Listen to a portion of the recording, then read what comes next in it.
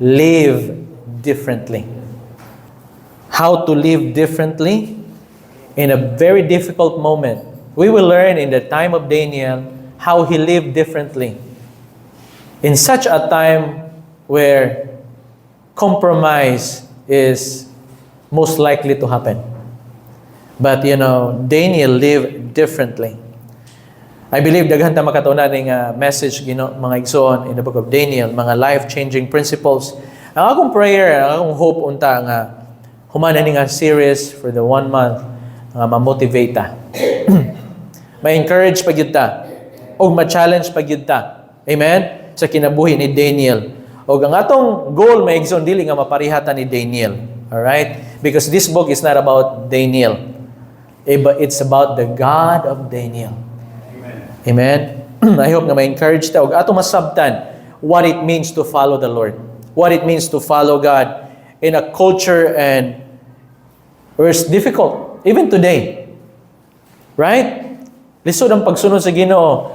Natay bisita a few weeks ago, missionaries to China, and they told us about how hard it is to serve God in the land, in the country of China. And I hope, Maigsoon, today we will learn and understand what it means to follow Jesus.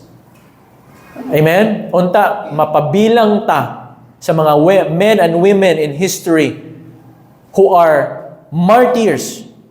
Martyrs who live differently because of their love for their God. So, today, let me give you a message on live differently. Believe. Can I say it one more time? 1, 2, 3, go. Live differently. Believe. Magkinabuhit ang lahi nga nagtuo. Alright. So, sa di pa nato tamato sa first point, ato sa tanaw ning background sa Daniel. Alright. Atong mabasa maigsoon sa verse 1 and 2, nga ang kini nga story, ang setting niya maigsoon was actually during the Babylonian captivity sa Israel and Judah. Alright. Ang Diyos gusto nga giwarningan sa Diyos ang mga katawhan sa Israel ug ang Judah. So God gave warning to the people of Israel and Judah. And if they continue to disobey God, what will happen is that they will be disciplined just like us today. Adunay pa nga panahon nga magpabadlong ta sa Ginoo, and then ang Ginoo warningan ta. Amen? Unsay ang warning sa Ginoo? Tagaan tag mga kalisdanan, mga pagsulay, balatian sa panglawas. So, those are warning, but if Israel and Judah will continue to disobey God, they will be disciplined even more. Unsay pagi sa pagdiscipline kanila? Through foreign nations.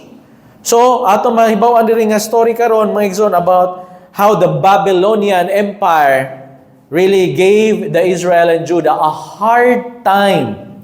So, during 722 BC, ang Northern Kingdom, which is ang Israel, they fell to the hands of the Assyrians.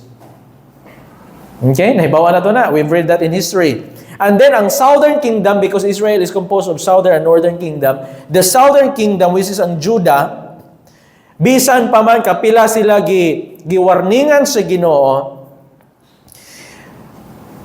wa magin sila nagpatuo. So what happened? They did not repented of their sin, so God raised up another empire, which is the Babylon. Ani nga panahon na magigsoon, ang Babylon ra ba, bago pa nilang na-defeat ang Egypt.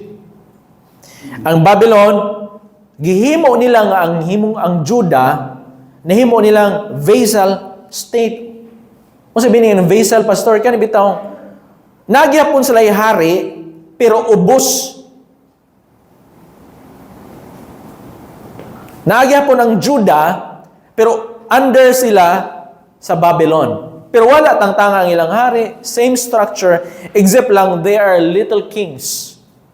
Okay? So, ato na mabasa maigsoon in verse 3 and 4, akong tanawon, ato, tigagal na mong background, and the king spake unto Ashpenaz, the master of his eunuchs, that he should bring certain of the children of Israel, and of the king's seed, and of the princes. Verse 4, children in whom was no blemish, but well-favored and skillful in all wisdom and cunning in knowledge and understanding in science, and such as had ability in them to stand in the king's palace, and whom they might teach the learning and the tongue of the Chaldeans. So, including sa captivity, ningon ang hari, nga ilang panguhaon ang mga kaning mga batanon, children, mga walay blemish, walay tatsa, mga hamis, well-favored, skillful in wisdom.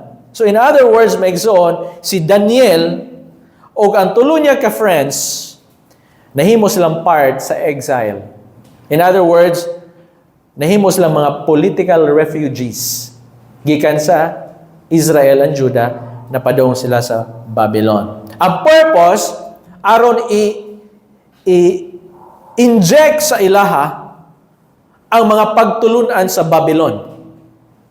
Mga bright man gusto sa hari sa Babylon, si King Nebuchadnezzar, nga i-train sila, tudluan sila sa kinabuhi isip Babylonian. Napa mo din na? Are you following? Amen. At this time in history, ang nag-reign maigsoon again was King Nebuchadnezzar. At this time, Babylon was the largest city in the world. They are actually the powerhouse of civilization and business. So, grabe kadako ni nga syudad. And then, kung maghisgot ang word nga Babylon, today, even in the book of Revelation, the word Babylon is already a metaphor. Unsa nga metaphor mga igsoon? Nga lugar nga worldly. Amen? Lugar nga rebellious nga mga katauhan. So, the book of Daniel actually was not written because of the story of Daniel. Ato makatunan maigsoon nga kining book of Daniel, it is a story of God. Amen? Nga nahangawa siya mga katauhan nga padlungon. He cares for His people to the point nga nagbutang siya alagad or tao or batanon nga ginhalag si Daniel o ang iyang tulo ka mga friends sa atubangan sa hari sa Babylon in the face of King Nebuchadnezzar to save them, to show care for them. So mga igsoon, ang mga provisions sa Ginoo nagpamatuod lamang nga gipangga sa Dios ang katawhan sa Israel. Amen. Amen. The moment nga i-discipline ta sa itong mga ginikanan, it's an act of love and care. Nganong bunala na to atong anak, nganong disiplinahon na to atong anak, nganong unsahay atong dili ta mosugod silang gusto because we care for them. Just like the Israelite people, they were cared and loved by God. Amen ba? Ang Diyos makes this is a story of God. Ang Diyos ang nag-reveal sa damgo sa hari. Ang Diyos ang nag-deliver sa tulo ka amigo ni Daniel dito sa kalayo.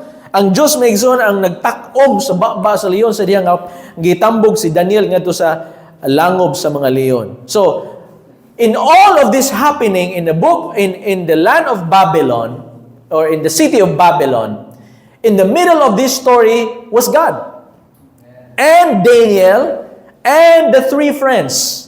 Or atol ni himo nga Daniel and Company. Are you there? So, ang libro sa Daniel mga igsoon naghisgot kini og deliverance sa Dios gikan sa exile sa Babylon. It is a book that provides not just history, but it's also an encouragement on, are you ready? How to live differently. In the midst of chaotic environment, in the midst of place or history where compromise is easy to do. Daniel was given by God in this place to be a witness, to let God shines in this dark place. Imagine na maigsoon, kaya mo pila ka tuig si Daniel sa Babylon? 70 years. He served 4 kings. Amen. He served 4 kings na natabot ni King Cyrus. 4 ka dekada maigsoon sa administration. 7 decades. It is an amazing story of God's faithfulness. Ato makita ang courage ni Daniel to live in Babylon. without letting Babylon get into him for 70 years. Imagine agad kung magpuyo ko sa China Maison for 70 years. Ako mataan na ni. Akong insulihan, shingkala na. Right? If you put me siguro sa jungle of Africa, di na mo kailan ako, taas na kay kong buhok ron. Correct? But imagine, Daniel for 70 years didn't allow Babylon to get into him. 70 years. 4 kings have passed. Daniel stood his ground and followed God. Kita, masudlan ta og lugar nga walay mga believers, mura na po tag-unbeliever. Mabot kitag lugar nga kanabitaw ang mga tao, way pakialam sa Ginoo, wa na po tayo pakialam sa Ginoo. Magbakasyon ta sa tong pamilya kung asa man, di kita mangitag church. Bakasyon mo ni pastor, nimbaritang bakasyon man eh. Nabagoy bakasyon sa pagsimba sa Ginoo. Daniel, 70 years, didn't let Nebuchadnezzar and the culture of the place influence him. So, are you ready? Number 1 in this message. Believe with wise conviction. Believe. Daniel lived differently by believing his God. Kung walay pagtuo si Daniel sa Diyos, di man ni mahitabo niya. Siguro, sa first day pa lang daan, wala na. Okay, King, ang imong Diyos, Diyos na sad nako. Ha? King, ang inyong practice diri, practice na sad nako. Naanagod mi diri. Sabutan ng Ginoo. But Daniel lived differently. He believed God, and he believed with wise conviction. Anato ng pagatunan karon. Si Daniel, ug iyang tulo ka friends, Megzon, part sila sa Babylonian indoctrination. Di ba? I read to you a while ago nga gidala sila sa Egypt, anya ang purpose gyud dipilian pa gyud sila kato mga cream of the crop. Ha? Kato yung mga elites gipamili. Unya gidoktrinahan sila para sila mahimong kanang usa sa mga leaders later on sa Babylon. So, kung imo tanaw Megzon, wa na gyud choice of tato si Daniel, right? They were captives. They were political prisoners. They were literally kidnapped. And then, mga batanon ni sila. They were teenagers. They were kids. Amen? But you know what's the good thing? Kini nga mga batanon, they set their hearts on living as believers in a foreign country in a very challenging circumstances. Ato na mabasa sa verse number 5, Megzon, and the king appointed them a daily provision of the king's meat and of the wine which he drank, so nourishing them 3 years. Ginagamit pag isang tulo ka tuig nga indoctrination program. Okay, before tamo i-install sa inyo mga function, 3 years amo sa mong kanang doktrinahan sa iyong mga pagkaon, sa iyong imnon, sa iyong tanang practices.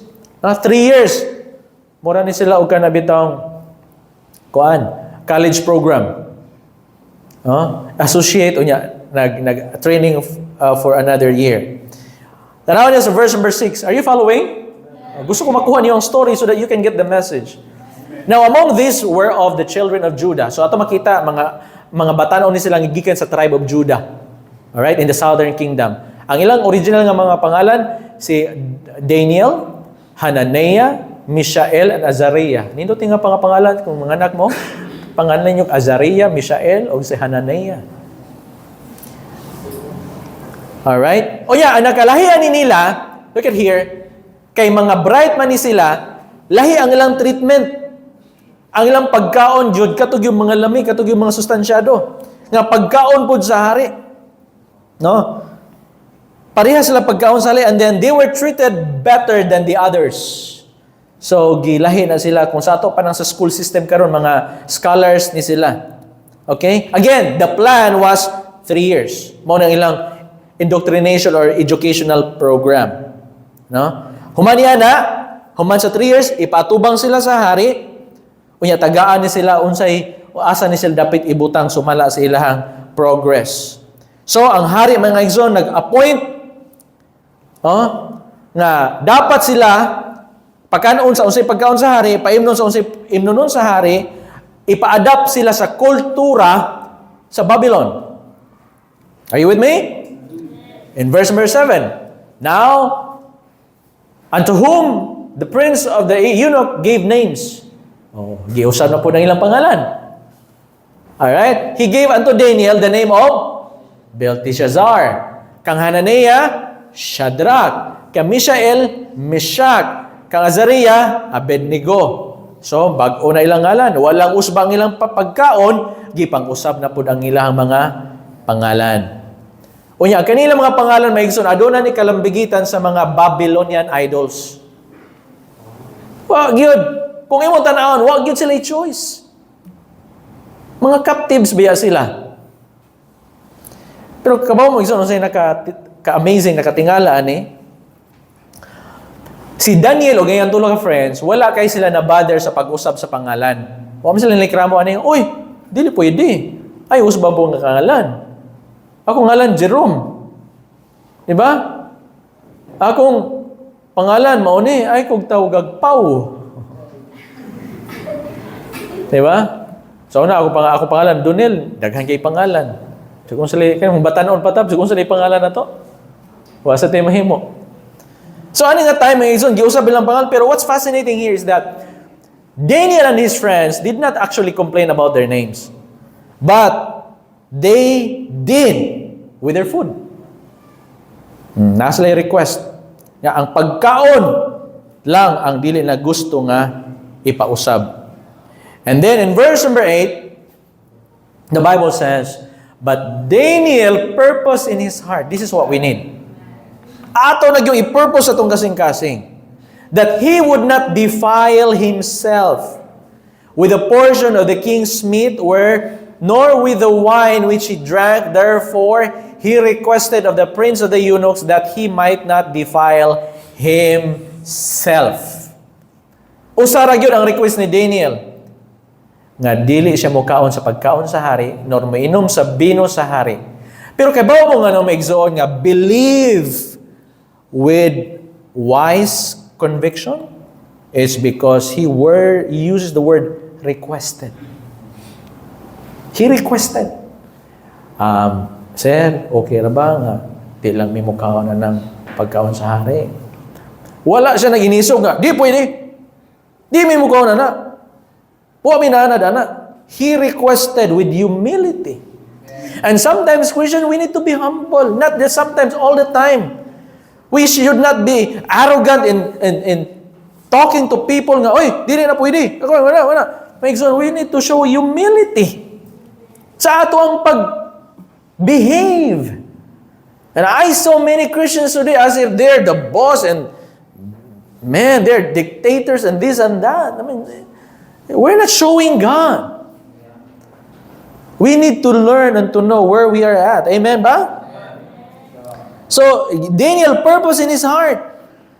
Nganong nag-draw man og line si David nga, okay, yung gisabot siguro Daniel and company nga, okay, gipang-usab na nila itong pangalan, pero okay ra na, wag tayo mahimo ana. Daghan man tang angga, Pau, di Arco, unsa pa din ha? Okay ra na, pero sabot nga, kung pakano na ginita, dili ta. Sabot din sila. Amen ba? Naiuban, nagingon sila nga mga commentaries nga ang reason nga wa mo kaon si Daniel tungod kay katukod nga pagkauna unclean sa ilang ceremonial law sa Jewish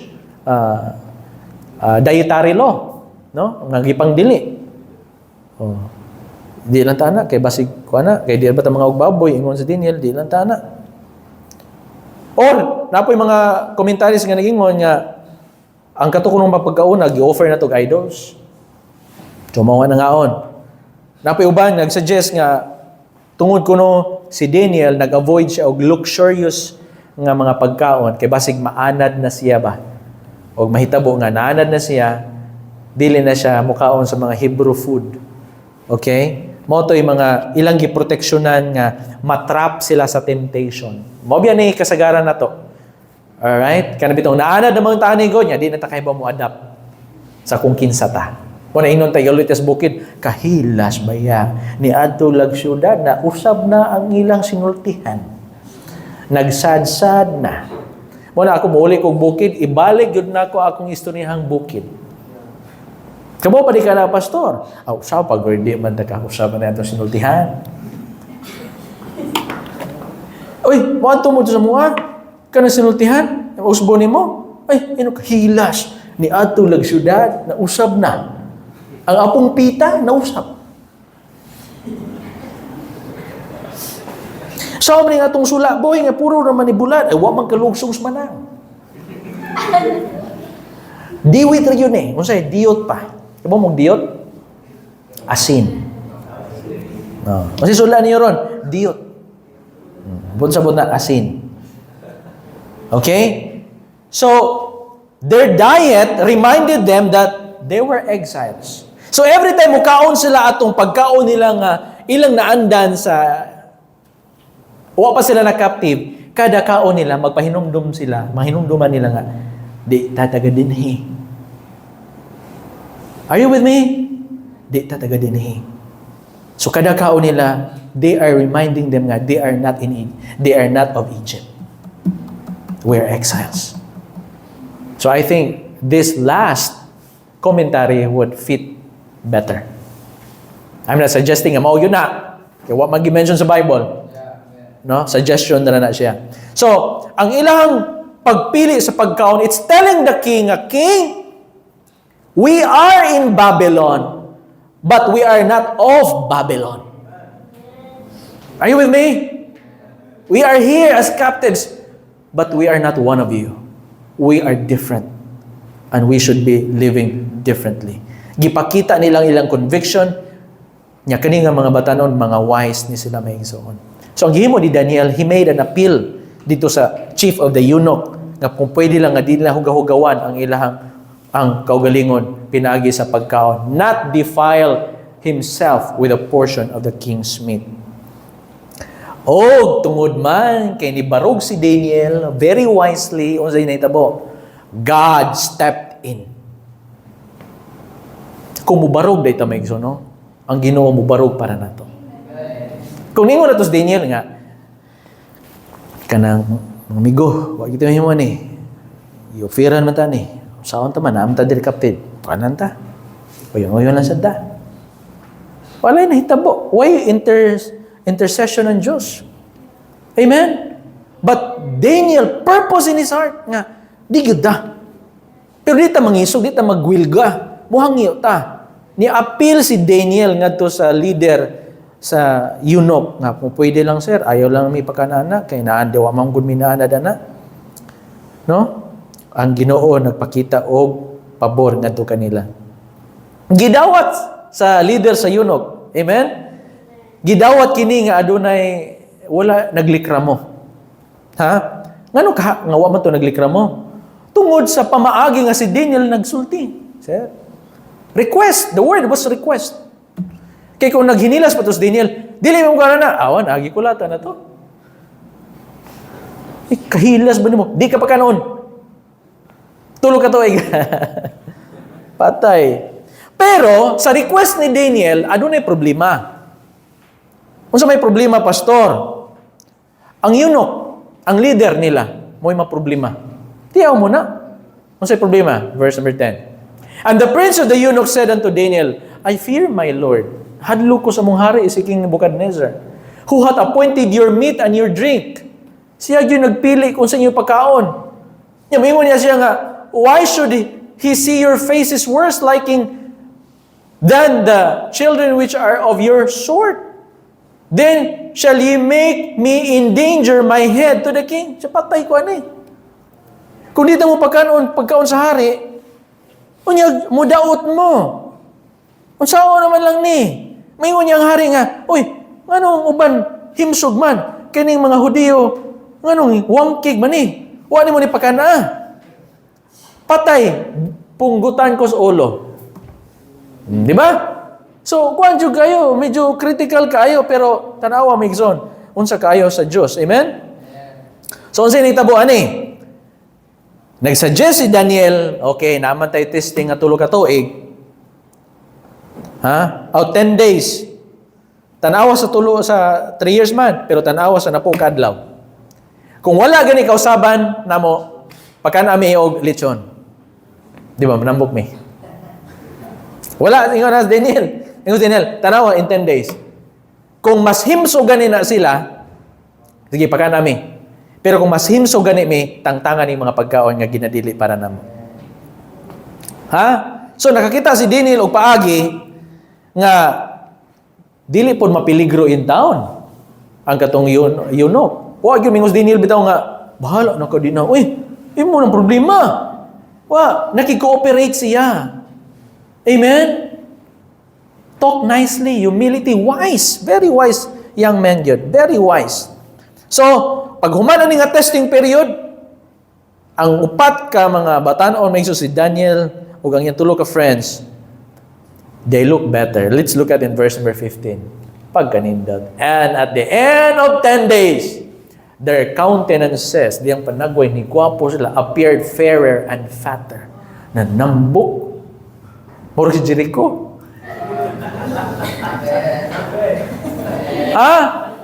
Fairer. Masa ni fairer? Medyo ni hayag ang ilang panagway. Fatter in flesh than all the children which did eat the portion of the king's meat. Kita ninyo? So, sinitabo. Nga, nihimsog man ang tulo, ang upat. Ang gihimo sa eunuch, gitangtang niya ang pagkaon sa hari. So karon, ang eunuch ko na mismo ang nagpasugo nga, uy, masustansyado ni pagkaon ni Daniel. Tangtangan na ning pagkaon sa hari. Amen? Ingunani ang blessing kung mubarog ta para sa Ginoo. Matinganan lang kang ang Ginoo na mag-execute sa mga butang on your behalf. Na di nakakinahanglan nga magdugo kag maayo para makuha ang pabor. God will make it for you. You have to stand. What happened in verse number 16? Si Melzar, mao ni ang leader sa eunuch, took away the portion of their meat and the wine that they should drink and gave them poors. Si Melzar mismo ang nagpatangtang na ng mga butanga. In verse number 16, og ang Diyos nakita na ito may igsoon nga adunay pabor ni upat ka batanon. And as for these 4 children, God gave. Hallelujah. If we know how to stand for God, believe God no matter what the circumstances are, God will give. God will give. And the Bible says God gave them knowledge and skill in all learning and wisdom, and Daniel had understanding in all vision and dreams. Ang resulta, believing with wise conviction, is God gave. Amen? God gave. In verse 19 and 20, ato makita migzoon nga ang ilang nakatunan, ang pabor sa Ginoo nga gihatag nila, amazing kayo. Look at verse number 19. And the king communed with them, and among them all was found none like Daniel. Hananiah, Mishael, and Azariah, therefore stood they before the king. Way parihas. Amen. Lahi ang upat sa tanan. Ngano man ang pabor sa Ginoo na niya. Ngano man ni si Brad kuan nga lahi man kay ni siya. Kabantay mo magison kung mubarog ta para sa Ginoo initan tas tanan. Lahi na siya. Nya mahadlok ta nga tangtangon ta sa trabaho, mo na magparehas-parehas lang pud ta nila. Pero kabaw mo igsoon unsay pabor nga hatag sa Ginoo nimo kung mubarog ka para sa Ginoo. Di ka mukuyog sa mga bad influence sa imong mga kaopisina. If you stand for God, you will see how God will bless you. Ato na makita, do you think nagihatag na sa Ginoo just for the sake of history? No. God gave this for us to learn on how God can bless you if you live for God. Mismo ang hari maigsoon na bantayan niya ang kalainan sa upat kumpara sa tanan. Look at verse number 20. And on all matter of wisdom and understanding that the king inquired of them, he found them 10 times better. 10 times better than all the magicians and astrologers that were in all his realm. Lahi ang upat, 10 times sila better. Dili lang ni sulti-sulti ang hari mismo mo'y nakabantay niini. Daniel and his 3 friends learned how to navigate the kingdom of Babylon without compromise. So, Pastor, posible din eh? Posible na.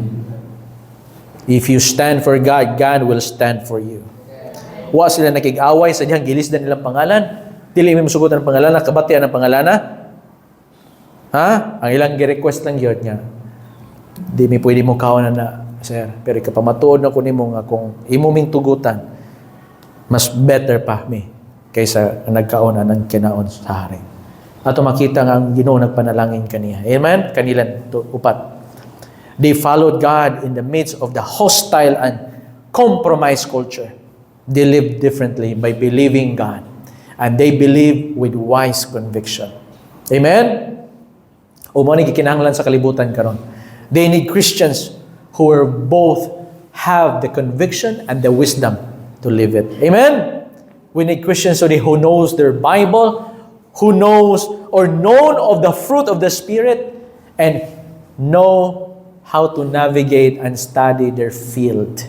Imutunan. Dito, nagtrabaho ka karon. So may paagihan nga kanabitang malahi ko ani nila. But at the same time, di po kumalayo nila. Makonect na ko sila. You have to study.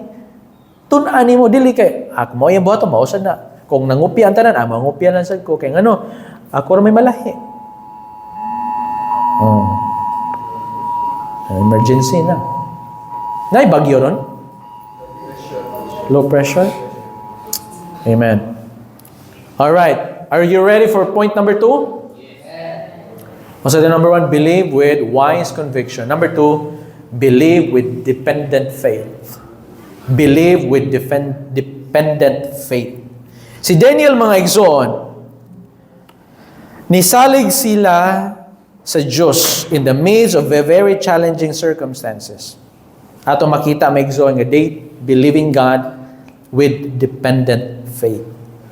Timan nga si Nebuchadnezzar ani nga time, probably mga 30 anyos na siya ni, mga 30 years old.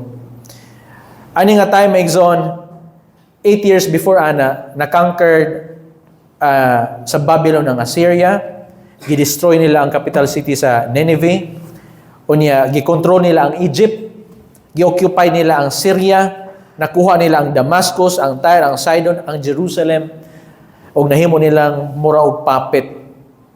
Along with military success ni Nebuchadnezzar, kay kuan man to siya, genius man to si Nebuchadnezzar in regards with military strategy, mo tong daghan kay siya na pildi. Pero with all of that, at the same time, si Nebuchadnezzar pod relihiyoso to nga tao. Magsigit og ampo sa iyang Dios. Ha? Nga ginlanglag si Marduk. Mo bitaw to yangan, gingan lang siya Nebuchadnezzar, kay kanang word niya Nebo, it's their God. The God Nebo. Okay? Buwan na siya gitawag the Babylonian God of Wisdom. Ang Babylonian, mga igsoon, nagtuo sila nga ang Diyos nila mo communicate nila pinagi og damgo. Mao na ilahang pagtuo. Nya relihiyoso man kay ni si Nebuchadnezzar. So mo to nga usa ka gabi na natug siya. Nagdamgo ang hari. Nya basta damgo ilag yun ang katunon. Pagkaugma na ang problema sa hari, nalimtan man niya yung damgo. So kung napato siya damgo, pwede ito niya ipa-interpret sa mga wise men, astrologers. Ang problema niya, nalimtan niya yung damgo. Moto yung gipatawag ang tanan ng mga wise men, katong mga gipang nila, gipang pagkaon nila, o mga pagkaon sa hari. Ha? Mga magicians, mga astrologers, mga sorcerer, kanang bitaw mga anting-antingan, tanan na. Gipatawag nilang tanan regarding sa nahitabo sa hari. In verse number, mo ni story sa chapter 2. Okay, nanatas chapter 2, okay? And in the second year of the reign of the Nebuchadnezzar dreams wherewith his spirit was troubled and his sleep break from him. So nagdamgo siya niya, wala na siya katog balik. Verse 2. Then the king commanded to call the magicians the astrologers, the sorcerers, and the Chaldeans, for to show the king his dream. So they came and stood before the king. So, nanol ang tanan. Pero, ang hari, ang gusto niya, dili lang igo nga mahibawan unsay meaning siyang damgo. Gusto sa niya mahibawan kung unsa yang damgo. Pug kalisod. Gatuo mo nga, kanang aksidente niyang tanan. Dili. Gatuo mo nga, unsahin ay problema sa iyong kumpanya, nga, wala yun na. Kanang Ginoo, nagpadala. No. Adunay plano ang tanan. Amen? Sa verse number 4, 3 sa ta. And the king said unto them, I have dreamed a dream, and my spirit was troubled to know the dream. Gusto ko makaibaw yun. In verse number 4, and the king, and then spake the Chaldeans to the king in Syria, O king, live forever. Tell thy servants the dream, and we will show the interpretation. Ingnan mi usay imong damgo, kaya amon ang hubaro na imong damgo. Verse 5, the king answered and said to the Chaldeans, the thing is gone from me. Wag tang na, nalimtan. Kabantay mo, na yung damgo, ikaw malimtan mo sa yung damgo? No. Mo ni nito sari. If they will not make known unto me the dream, kung di ganin mo kapaingon unsa kong damgo ug ang interpretation thereof, ye shall be cut in pieces, patay. Yataps mong tanan. Ye shall be cut in pieces, and your houses shall be made a dunghill. Himo na mong butanganan og kanang fertilizer ng iyong mga balay, pamatyon tamo. Iyahang gitreten ang iyahang mga advisors pag yun niya. Katuning gipang-train niya. Gipakaog mga lamiyang pagkaon. Alright, so in verse number 9, jump ta. But if ye will not make known unto me the dream, there is but one decree for you. For ye have prepared lying, di laingon nga wa mo kakuan, na makak mo, kurap ang iyong mga pulong, till the time be changed. Therefore, tell me the dream, and I shall know that ye can show me the interpretation thereof. Yun siya nga, kung tinudanay mo nga manggilamon, kung tinudanay mo mananag na, sultihan ko ni unsa kung damgo. Kaya kung dili, pamatyon ta mo, namakak mo. Ang kasuko sa hari, grabe mga igala. So, he orders the execution. Dili lang sa mga Chaldeans, sa tanang mga wise men, hey, including Daniel.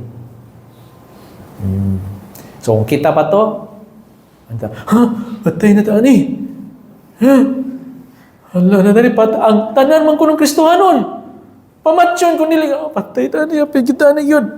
Pero si Daniel, nakapasa na siya sa first challenge, karon ikaduhang challenge. Amen? Mga Kristohanon, naabot na taan eh. Pila nakapagsuleto niya yan, by the grace of God. Dapat nagka-wiser ta. Amen? Lahi na po niya pagsulay sa chapter 2 ni Daniel.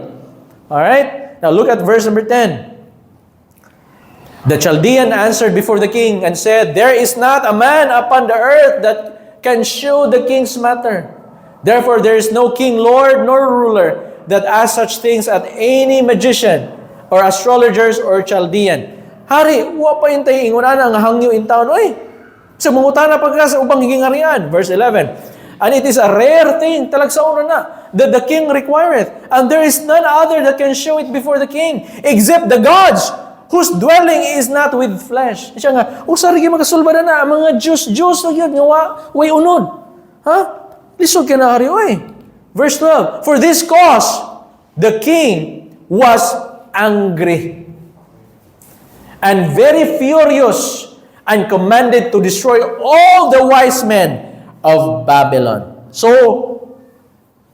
ginahinay na po nila pangita si Daniel o ang iyang mga friends. Pero si Daniel, wag yun i-surrender. He made another request. Another appeal. Look at verse number 13. And the decree went forth that the wise men should be slain. And they sought Daniel and company to be slain. Dili aron taganon. Patyun. Patyun. In verse number 14, look at what Daniel said. And Daniel answered with counsel. Hallelujah. Huwag yung mingus Daniel, amao ba? Sige. Katayan kita ni. Kana bitang giving up without a fight. You should fight. Pero ito akong amigo, interview siya sa US Embassy. Sorry, I cannot allow you to go to America this time. Luhod siya. Wait. What are you doing? Sir, I'm going to pray to my God. What are you going to pray for? I'm going to pray for you. What are you going to pray for me? Because, sir, since I was a kid, I just like to be just like my dad, to be a servant of